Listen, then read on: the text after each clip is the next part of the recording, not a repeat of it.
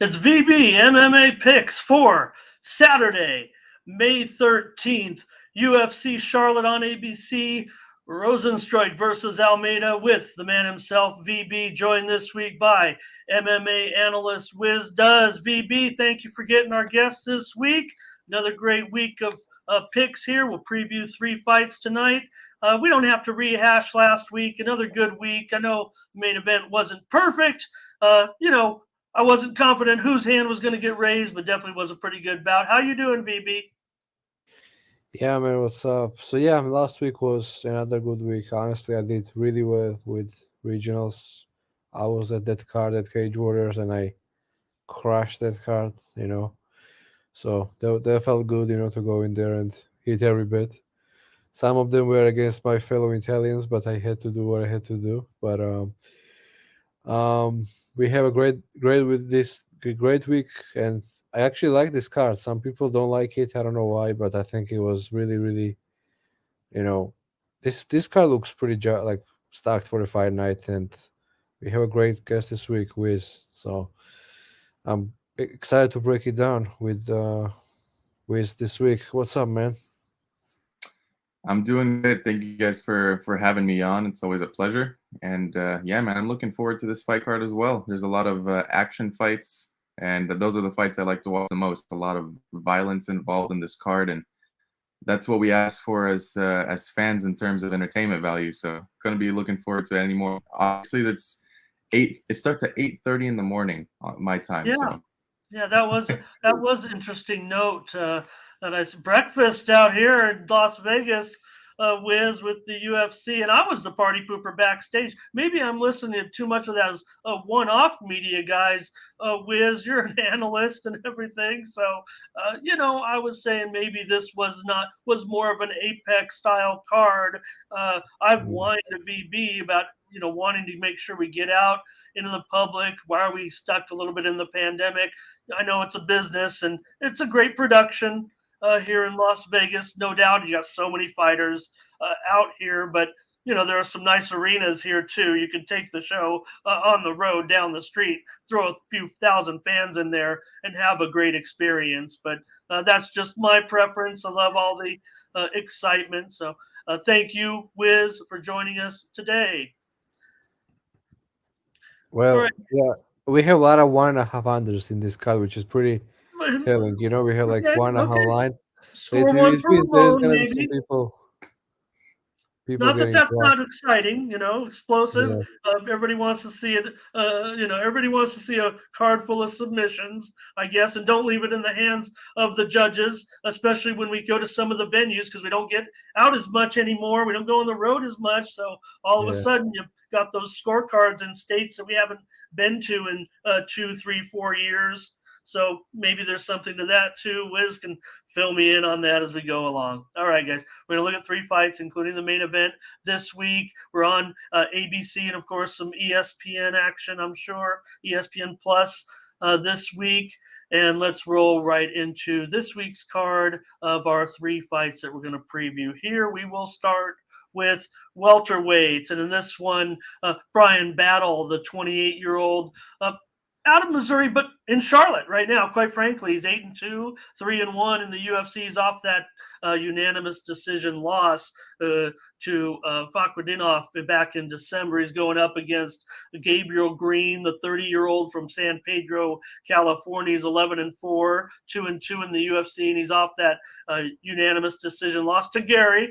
Guy will maybe not talk about on the show here, but certainly on the event. So that was last July. Wiz, these welterweights here, Battle and Green, tightly contested here. Green a slight favorite. absolutely, and what a fight this one's gonna be. You have 2 guys who are still yet to be making their mark in the UFC. They had that big breakout fight.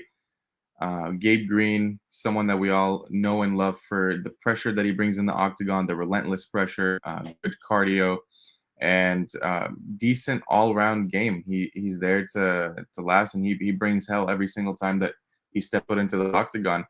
And then you look on the other side, you have Brian Battle. Obviously, that last fight was not too compelling to watch for Brian Battle backers. He got absolutely ran through by Fakrdinov, taken down multiple times. I believe Fakrdinov broke the single fight takedown record in that fight. And I feel like Gabe Green has a very clear path here to win if he does play smart, and it is the grappling. We've seen him mix it in here and there, but that's due mainly because the lack of success or thereof. So I think Gabe Green, if he wants to win this fight, he would probably be looking towards the grappling edge and getting that control time on the floor. As we said, we've seen him on the regional side even use his grappling multiple times. And then Brian Battle obviously has the 4-inch reach advantage here in this fight. But the one thing with Brian Battle, I don't think this guy carries power necessarily. And even if he did, Gabe Green is a guy that is known for his durability, and he does not tend to fade, whereas Brian Battle does tend to fade in these fights. I think Gabe Green will use the grappling in this fight. I think towards the end of round 2 and then in round 3, Brian Battle's slowly going to start to fade and Gabe Green going to take over. I think the best bet on this fight specifically is Gabe Green by points decision, plus 185. I feel like that's a big percentage of his win condition here, and even goes to distance at minus 145. That's not a bad bet at all. But I'm definitely favoring Gabe Green here, and I will have a bet on Gabe Green. All right, VB Green as a favorite in this one for Wiz.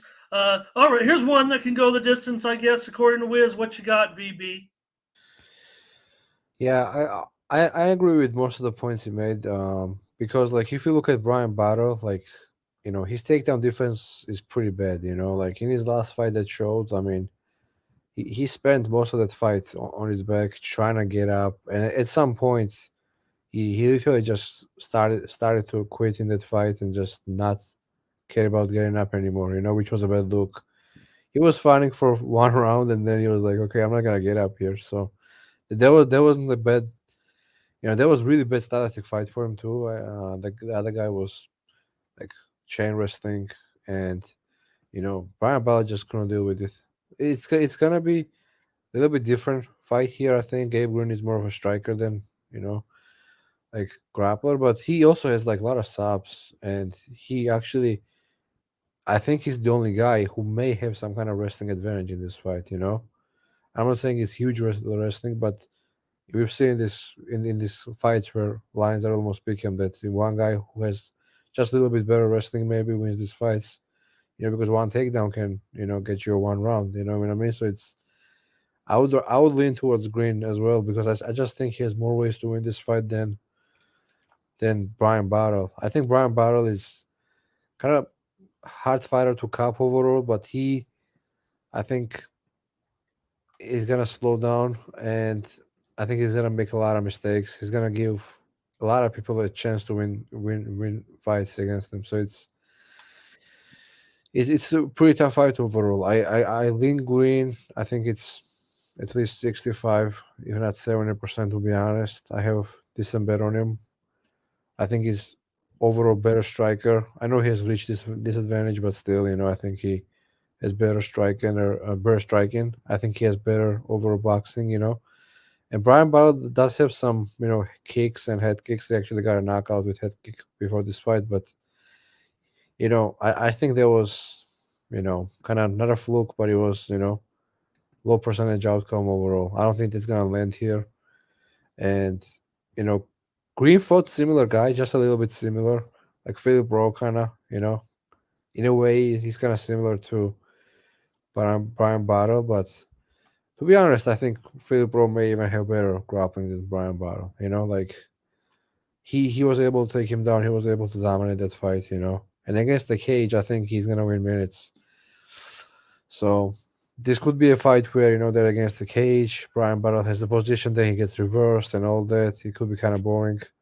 But I think Gabe Green is gonna go for like knees damage. He's gonna go for a finish more than Brian Battle. Brian Battle always only goes for a finish when he's either like tired or hurt. So I don't know if he's gonna see Gabe Green tired or hurt. I'm not sure. I don't think it's gonna be there. So I'm gonna take Green. He has better cardio in my opinion also. So that's a huge factor, you know. Um, and yeah, also shout out to Shark. My friend Shark is also on uh Gabe Green side. He actually has pretty good read on this, as I noticed on these like tough guys. So I'm also gonna wish him luck. Shout out to Shark. But yeah, I also like Green here, like Wiz and Shark, and I hope to get a winner early. Actually, kind of lean under, to be honest. I know people lean over in this fight, but Okay. I think under is not bad. Like plus 135 is not a bad line. You know, it could go over. It's still not a confident play, but if I had to pick something, I would kind of lean under here because like Gabe Green has so many finishes. You know, he has like one or two decisions, maybe. You know, and battle overall is kind of finisher too. So yeah, I don't mind the under either. Green and an under VB, or because I see Yeah. what you got both on green, but maybe you're in probably a good price. I mean, look at that juiced up 2.5 minus 165 to the over. So does battle has some paths, right, guys? Wiz, Yeah. does battle have some paths? Um, Here's the thing. I mean, obviously, if Gabe Green doesn't use the takedowns here, Battle's going to have a path just due to the sheer fact of the reach advantage, and we've seen how Gabe Green struggles getting into the range of these longer fighters. But in no way am I comparing Ian Gary's striking to Brian Battles. But if Brian Battles on his A game and utilizes the striking and the distance effectively, and Gabe Green's just not able to get these takedowns, he might have that decision pass. But other than that, I think it's going to be all Gabe Green. And VB, either way, does Green's chances just diminish a little bit if they get to the cards, or is it still pretty strong for you? $1.25 here, and you're giving it out. I actually think going over also favors Green. To be honest, I think he has Okay. better cardio. And also if you look at the stats, Brian Battle has 8 wins, 6 by finish. Gabe Green has, let's see, 11 wins, 10 by finish. So I don't know why line is plus 135. I can see a fight where it extends, but I can also see a fight where in the first round they're going crazy. They're exchanging huge bombs early. Yeah. So that can also happen, and people are like very confident in over where stats say this guy's allowed to finish fights. So we'll see. Okay. Well, probably not much movement, I wouldn't think, off of this. I mean, the totals ticked up a little bit. It opened maybe a little bit lower, 150, 160 in a few spots, but we're going to hang right here, right, guys, right? 125, 2.5 over 60-ish. Yeah, most likely. Yeah. All right. All right, both guys on green here. Let's continue the saga then, if we must, right, with in the division, because I don't know, we've kind of, in a way, I guess we've got some common opponents, but these guys come in, I believe, now in lightweights here, right, with Levy and Rodriguez. Let's continue that, shall we? All right, sorry about that. My graphics, a little late entry. I had to change the I had to change the weight class. I had last week's weight class up there. Sorry about that, guys. Nathan Levy, 8-1, 2-1 in the UFC. The Israeli, 31 years old, currently fighting out of Las Vegas. He's off of that unanimous decision win over Valdez in December. It was his second straight victory, going up here against Pete Rodriguez, a decided underdog in this one. He's 5-1, 1-1 in the UFC. Trains currently out of Arizona. He's off a knockout win over Jackson in October. VB lightweights. Yeah, this is actually one of my favorite fights, to be honest, on the card. Weirdly, I don't know. People may disagree with it. They think Levy is gonna take him down and hold him there, but I'm like excited for this fight. Not gonna lie, because I think Nathan Levy, to be honest, is like is very fishy fight. Like I think he's, to be honest, this is a fraud. I really do. I think this guy has terrible cardio. I know some people like him. I know some people, you know, see his wrestling path, and he has good wrestling. Don't get me wrong, but I think he gasses way too bad, you know.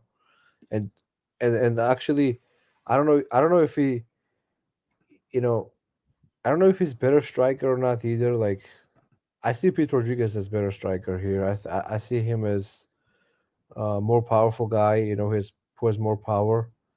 You know, if you look at his record, he has 5 knockouts.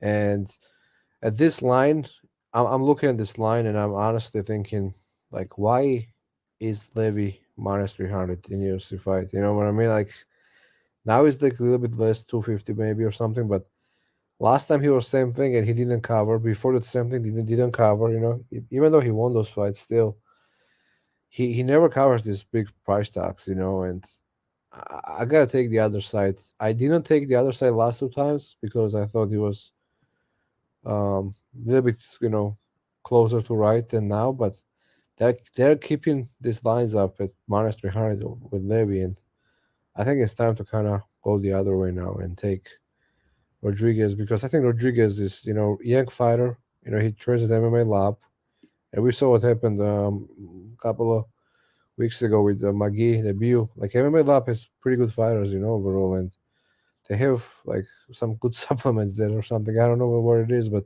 they do really well there, and they have good striking, and they have good, I don't know, like underhook game. They have good defense. I don't know if Levy is gonna take him down easily. People think he's gonna just go for a takedown and get it any time.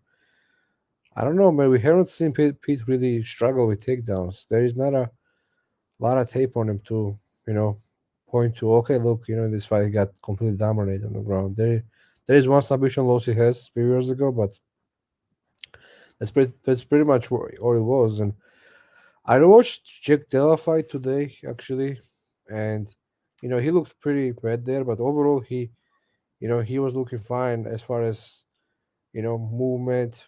You know, he's setting up shots and all that. I know Madalena was just huge. There was upper weight class, and Madalena had huge reach. You know, he was also on short notice, so of course Madalena was gonna beat him, but it wasn't like Peter was completely like quitting in that fight right away. He was fighting for it, you know. So he has a lot of heart, I think. And Levy, I don't know if he does. You know, Levy is kind of slowing down. I can see a scenario where they're both kind of tired, and you know, Pete wins the third round just based off a few more, you know, few more better strikes in the round.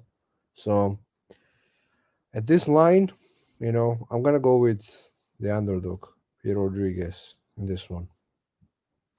And yeah, I'm not a big believer in Levy, and he's like very very low tier like UFC fighter, maybe not even UFC level. You know, it could be a few fights away from getting cut, to be honest.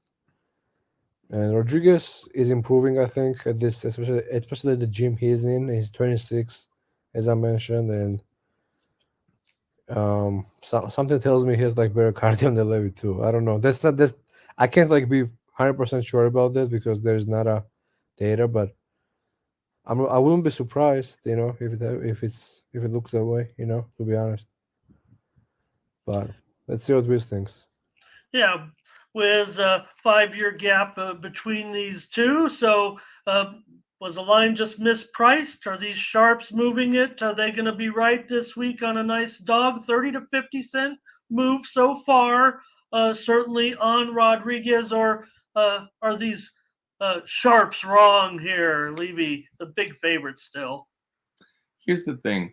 Obviously, the way you can look at this fight is a striker versus somewhat grappler matchup. I'm not gonna say grappler definitively for Levy because he does tend to keep it on the feet for quite some time. Natan Levy is gonna have that grappling edge here. We haven't really seen how Pete Rodriguez looks after the first round in his pro career, finishing his fights in that first round. And then Pete is also moving down a weight class from 170 to 155. He hasn't fought at 155 in his pro career. I believe he had 2 fights at 155 in his amateur career, but since then it's been at 170. For me, the way I view it is Pete, if you want to bet Pete, then you want to bet him at the KO1 pricing, that plus 700. is not bad at all, because Natan Levy is a fighter who does not tend to defensively get out of the way of most of these strikes. He gets hit, and he gets hit clean. And sometimes he can get hurt. But in that last fight against Genaro Valdez, I mean, he showed heart. He was getting hit and he was getting tagged, but he still stayed up. But P. Rodriguez has power. But the question is, does that translate when he moves down to 155? And how bad does the gas tank get when you're moving down a weight class? Because if I remember correctly from when I was reading, and the fight they were supposed to fight a couple weeks ago. Yeah, what was up with that? Do you know? Yeah, so Rodriguez is the one that pulled out, and it was due to weight cutting issues. So we don't even know if this fight's going to happen. I hope it does. But given that Rodriguez is the one that had the weight cutting issues, coming back in 2 weeks and retrying this thing it's not the best for a fighter. When you go through 2 weight cuts in that short of a time period, it's very detrimental to their overall health. So Rodriguez could just be flat in this matchup too. But like I said, Natan is very hittable. He's liable to get KO'd. But if he plays this smart, he should look to grapple early, drain Pete's gas tank early, and probably find a finish in round 2 or round 3. That's the way I see it. No bet for me on this fight, though, but the pick is Levy. What do you think about, you mentioned the issues with Rodriguez could make this a scratch. Would you care to place a percentage on that? Just I mean, at this point, I don't want to pin you to it. yeah, I mean, at this point, given that it's the second time he's trying to make weight, obviously he probably game planned for this a little bit better, and they already gave him the date immediately when he pulled out. So he probably game planned to make weight at least, but you can make weight for fights, but the thing is, are you doing it the right way? Because if you're just doing it the wrong way, where you're sweating everything out and you're putting your body through absolute hell, and yeah, your body's not going to react well when you start to recarb up and to eat again before the fight. Because fighters usually gain those 15 to 20 pounds, and in this case, I wouldn't be surprised if Rodriguez gains another 25, 30 pounds overnight. So his body could have a really bad reaction to that. But if he's ready to go, I mean, we're on. We're taking the chance. VB, clean this up for me then, because if I love moves like this on the line, especially with the narrative now. Even though certainly Wiz was talking up Rodriguez strongly as well, but I love a storyline like this where I've got the move on the dog where we're kind of questioning his fitness. Yeah, well, I don't know if I'm questioning it. I think it's just a new weight class, and of course, it's not a good look to pull out and then a few weeks later come back. I mean, it's probably not a good thing for anybody to cut weight, basically in 2 weeks like that. But I don't know if that's gonna really matter though. I mean, Levy is not a huge puncher, so I'm not sure if it's gonna be a huge problem here if he gets hit clean. I think he'll take it from Levy. I really do. As far as cardio goes, again, Levy has very bad cardio himself, so that's the other reason I'm not that worried. But of course, it's not a good thing. And if you look at Levy's career, like he has some, like outside of UFC, most of them, like those fights he won, some of them are really bad looks. There's one guy he fought who was 5-6, and he 10-ed him in the first round. Like he's like, this guy is not a minus 300 against anybody, to be honest. I don't know. And I see this line over a guy who's at MMA lab with better striking, with explosive, finishes. I just tend to side with him. But of course, Levy should be a favorite, but not like minus 250 favorite, Maybe like minus 130, 140 max. So that's why I'm going to take Pete Rodriguez as a bet. But my lean would be Levy, like as I said, probably 55, 57%. Okay. Somewhere Well, and if it's a price play, I mean, that's kind of worries me a little bit that the value is dwindling. But these are the kind of moves that I really like. So, Wiz, before we move on, just one more. Am I looking at a line move, an adjustment by odds makers, or was there money on Rodriguez that did this? I think I'm asking you to speculate. this is probably money on. I mean, lines makers and odds makers, they can move lines based off of the prop bet percentage too. So they're probably seeing a lot of people betting the Rodriguez KO one, as I was mentioning earlier, because I think that opened up at like plus 1,000. It's dwindling down. It's at plus 700 right now on Bet Online. So they could have moved it just based off of that. That's what I think it could be, but it could just be an adjustment as well. Who knows? Okay, great. Great intrigue there.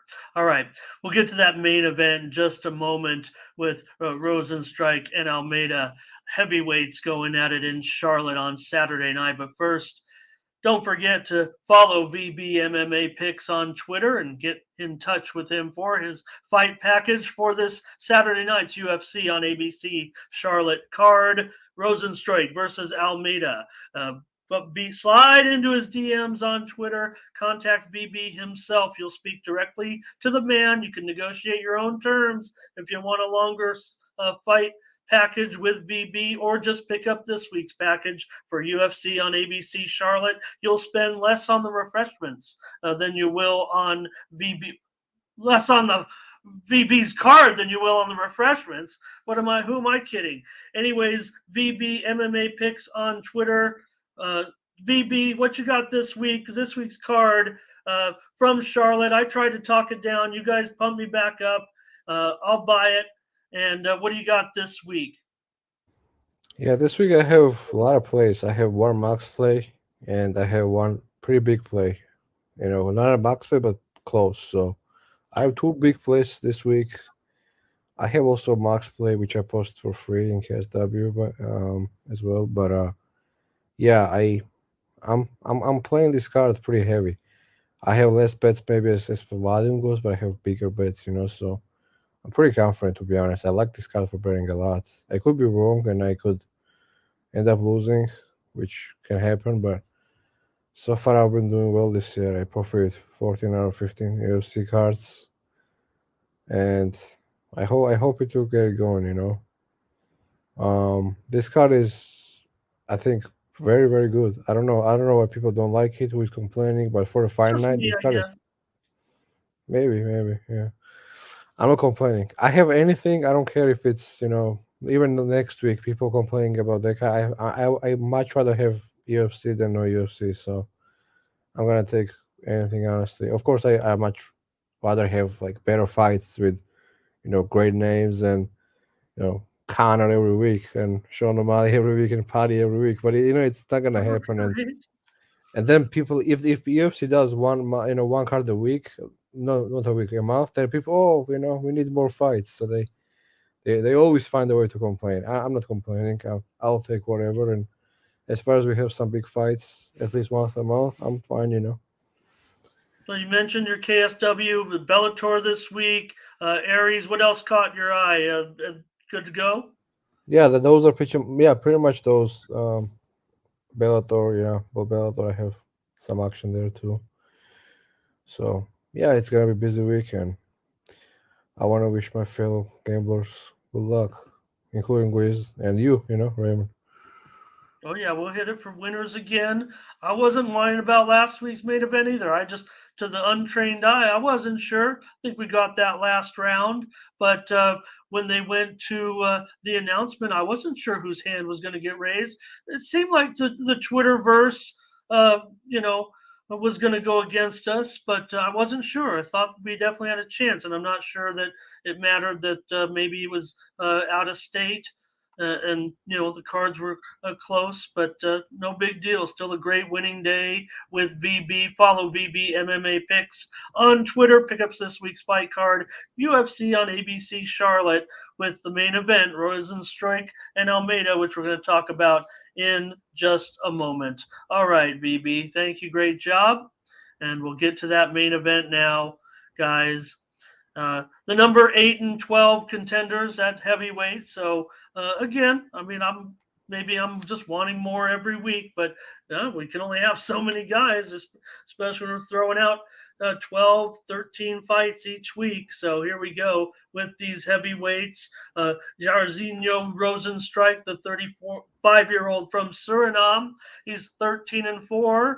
7-4 in the UFC's off that knockout win over Dawkins. Another strong performance there for Rozenstruik. He had lost 2 in a row to Volkov last year and Blades back in late 21. He's going up against Gelton Almeida, the 31-year-old from Brazil, 18-2, 4-0 in the UFC, and well, famously now, Wiz 13 straight wins off that second round TKO over Abdurakhmanov at UFC 283. I mean, this guy never lets a guy get to the second round, but he did in that one. So, what do you have for me, Wiz? Rozenstruik and Almeida. Yeah, this is a fun fight, and a lot of people can view this as, oh, Gelton is just going to grapple him in the first round and sub him. And I'm not saying that can't happen. That's probably the most likely outcome. But when you're looking at the strength of schedule and the competition here, this is Gelton's hardest fight. And regardless of the type of matchup it is, the striker versus grappler matchup, yeah, Almeida has the huge grappling edge, but Jairzinho has a massive striking edge here. When you look at the total, under 1.5 is already juiced up to like minus 210 right now, and I guess it's for good reason. If this plays out on the feet, I think Rozenstruik has the opportunity to knock Almeida out. I do think, though, that Gelton is going to have his way in the grappling and find a sub here, but you can't play this minus 550 money line, minus 500 money line. I mean, it's just not worth it, especially at this type of fight where A, it's a big step up in competition, and then B, the opponent has a very significant edge in the striking. I mean, the only way I could look at is the Rozenstruik side. Now, one way I can play this is similar to the Pete Rodriguez situation. You look at the round 1 KO for Jairzinho, and we get a nice number at plus 800.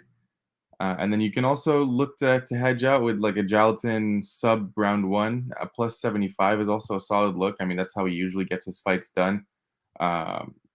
This guy is a wizard on the mats, and all rightfully so, and he's done it to pretty much every single fighter that he's faced so far. So yeah, I think it's a pretty binary matchup where it's striker versus grappler, and if it stays on the feet, I do favor Rozenstruik ultimately. Okay, VB, same thing here, but not for me as far as the type of movement is concerned. I mean, there is a slight move on Rozenstruik, but again, you're talking about a main event here, more familiar names, whereas I believe in the last fight that we discussed, the type of line movement, I would note that would have a tendency to me to refer to a sharp action, whereas this one might be just kind of a gradual public move.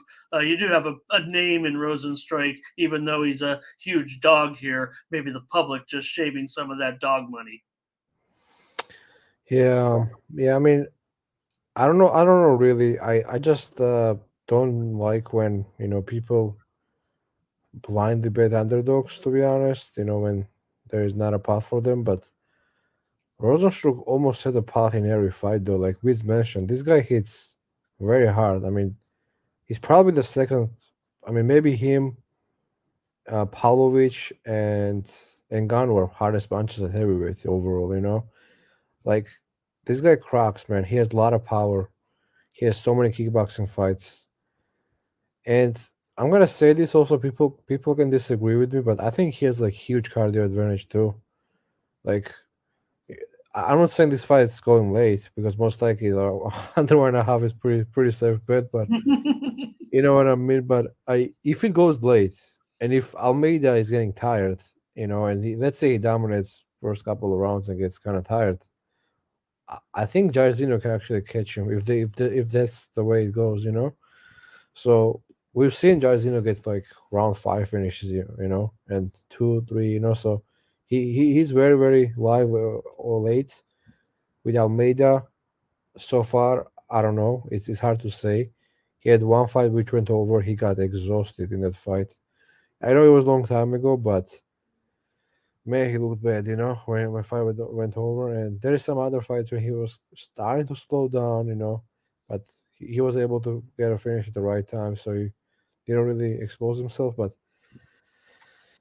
I don't know. I of course think Jailton should be a favorite. I think he should be decent size favorite, but not this this huge favorite. He should be around 300 maybe, or somewhere there. But 500, 550, that's like at heavyweight level when Almeida is like, he used to fight a light heavyweight. You know what I mean? So it's like, is he a real heavyweight even? Against the guy who has multiple knockouts at heavyweight already and fought better competition if it's not even close. Look at the people Jordan finished, Parker Porter, Anton, Daniel Marquez, Shamil, all those guys are losing streaks. So like maybe not Parker, but you know what I mean? Like it's not a high level competition when Rozenstruik is fighting, Volkov and Blaze, Sakai, like better for Cyril Gahn, Ngannou, JDS over him. No, but Almeida beat the fan favorite last week, Parker Porter. Yeah, well, he did, but like he took him down and kind of mounted him. It could happen the same way. I can see a easy win for Almeida. Just take him down. He maybe can even cover this price tag, but they're giving us like 19% or 18% on Rozenstruik, whatever it is. Like, what's the upside on Almeida, though? Like, there is no upside on him, in my opinion. Like, if Almeida finish him in the first round, he's gonna cover this line. But I don't know. There is no upside on Almeida, in my opinion. If you put Rozenstruik and he knocks him out, which is live, he has, as I said, I think better cardio, which may don't matter. It can be one takedown, submission over easily. But if it's not the way, and if somehow Rozenstruik gets to second, third, I think he has edge. I really do. And at this number, when guy has this much power, like how wrong can I be in like 19, 18%, which is already right now? He could be like 12, 13. That's not that bad. So it's like I'm gonna take him at these odds.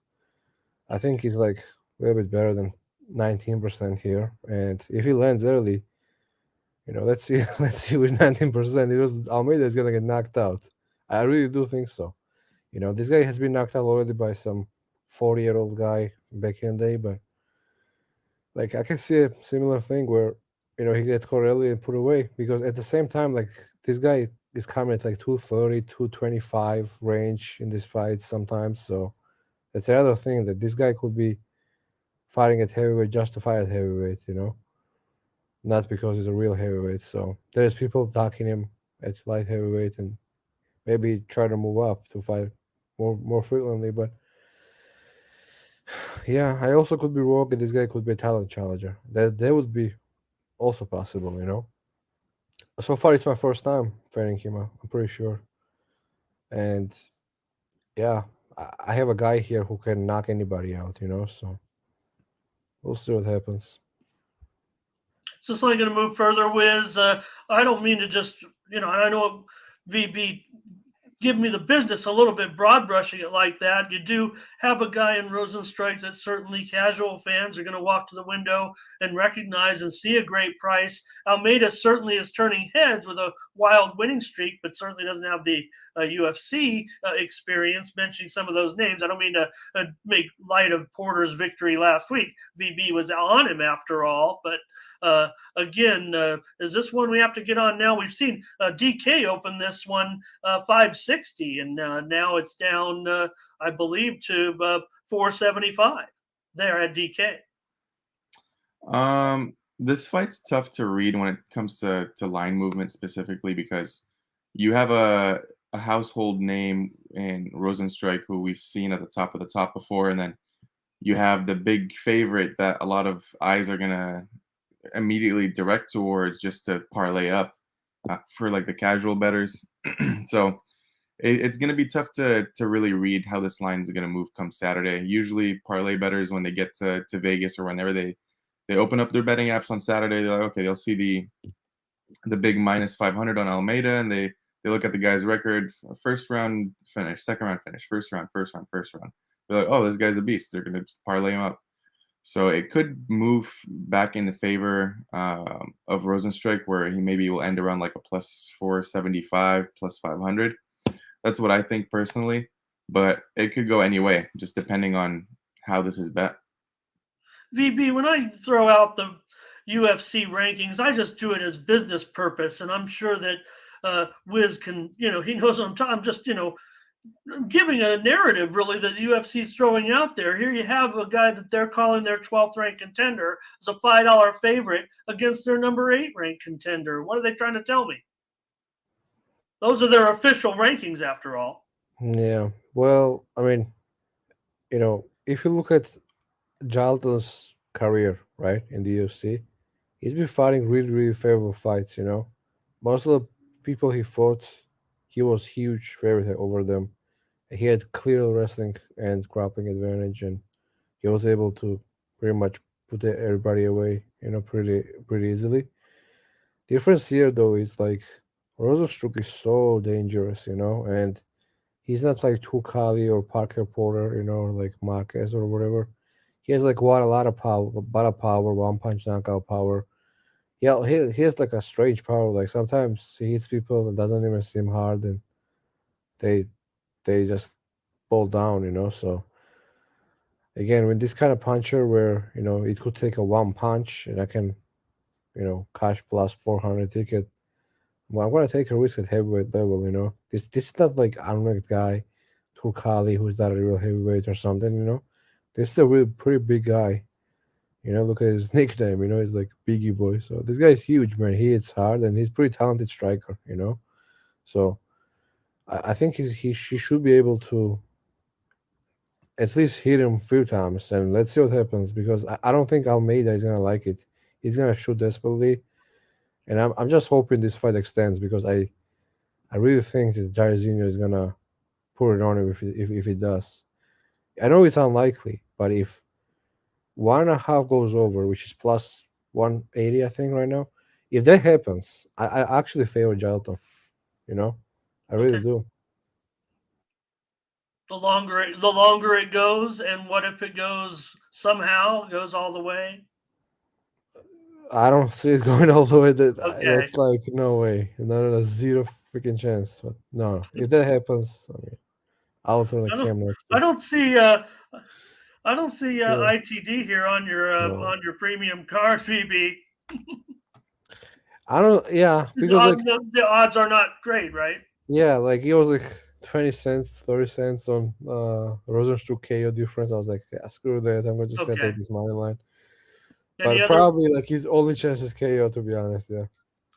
way to attack it here, Wiz? Guys are going to be looking for other ways. Nobody other than Rozenstruik. Hey, I'm not uh, objecting to putting a little on Jair in this spot for certain. But anytime you see a $5 favorite, give us maybe something else to get on in this main event.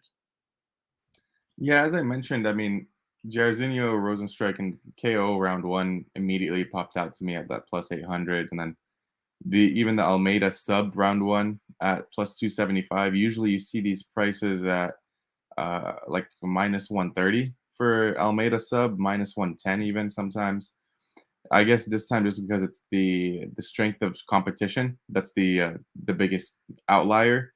It's a big step up for Almeida, so they don't think he's going to be able to get that sub uh, as easily as he would against his other opponents. But I still think that sub one is probably his path to victory, along with either sub two. So sub one, sub two, or KO one for Rozenstruik is how I'm looking to target this.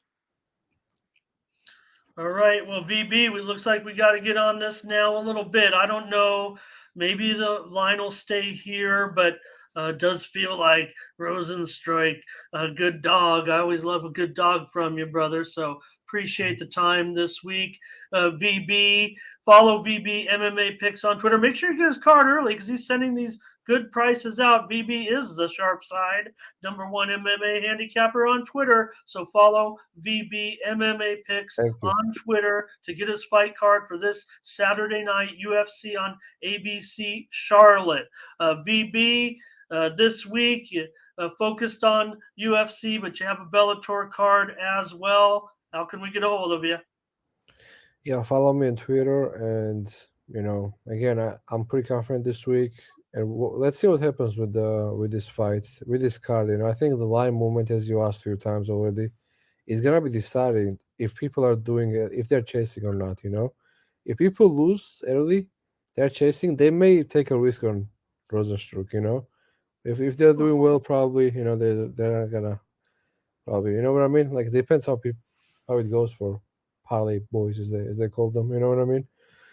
I'm not one of them though, so I don't really care. I'm gonna take this plays right now and just see what happens. And I hope I can get it going. This year is probably my best year so far. Last 2 years pretty good, but this year is really good. So I'm hopeful I can get it done. And I want to thank Wiz for joining.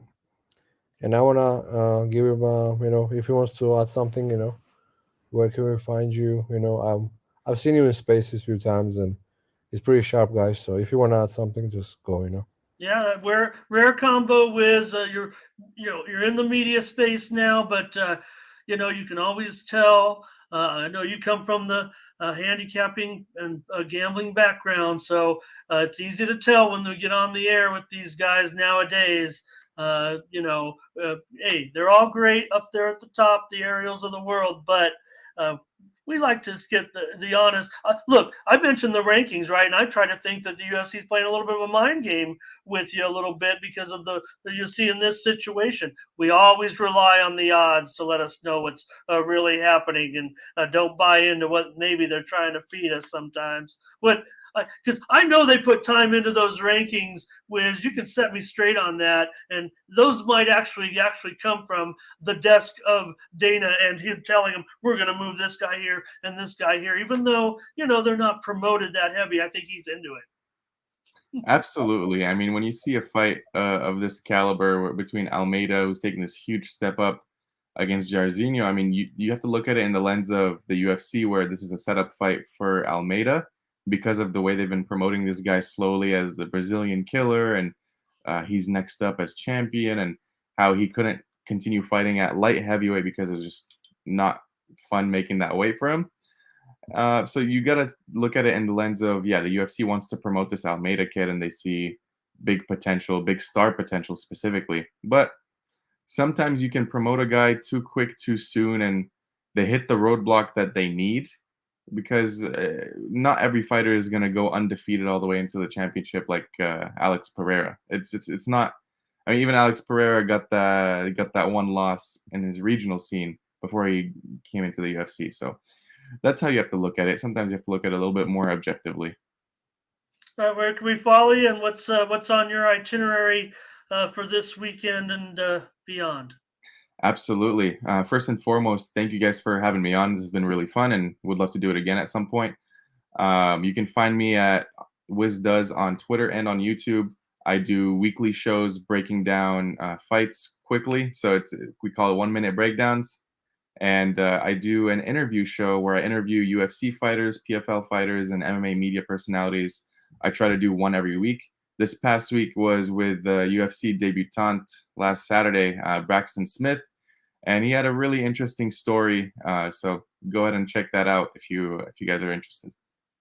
Cool. And it was great to have some of your followers comment here on the air with us live. So appreciate those folks for watching as well. And VB, all your viewers throughout. We love the live viewers, but want to shout out everyone who watches your replays each week. Let's have a great week, brother. Yeah, let's get it. Good luck to Wiz. You, if you want to subscribe, go for it. I wouldn't mind. And see you soon. All right. For WizDoes and VB MMA Picks, I'm Ramon Scott. Thank you for joining us.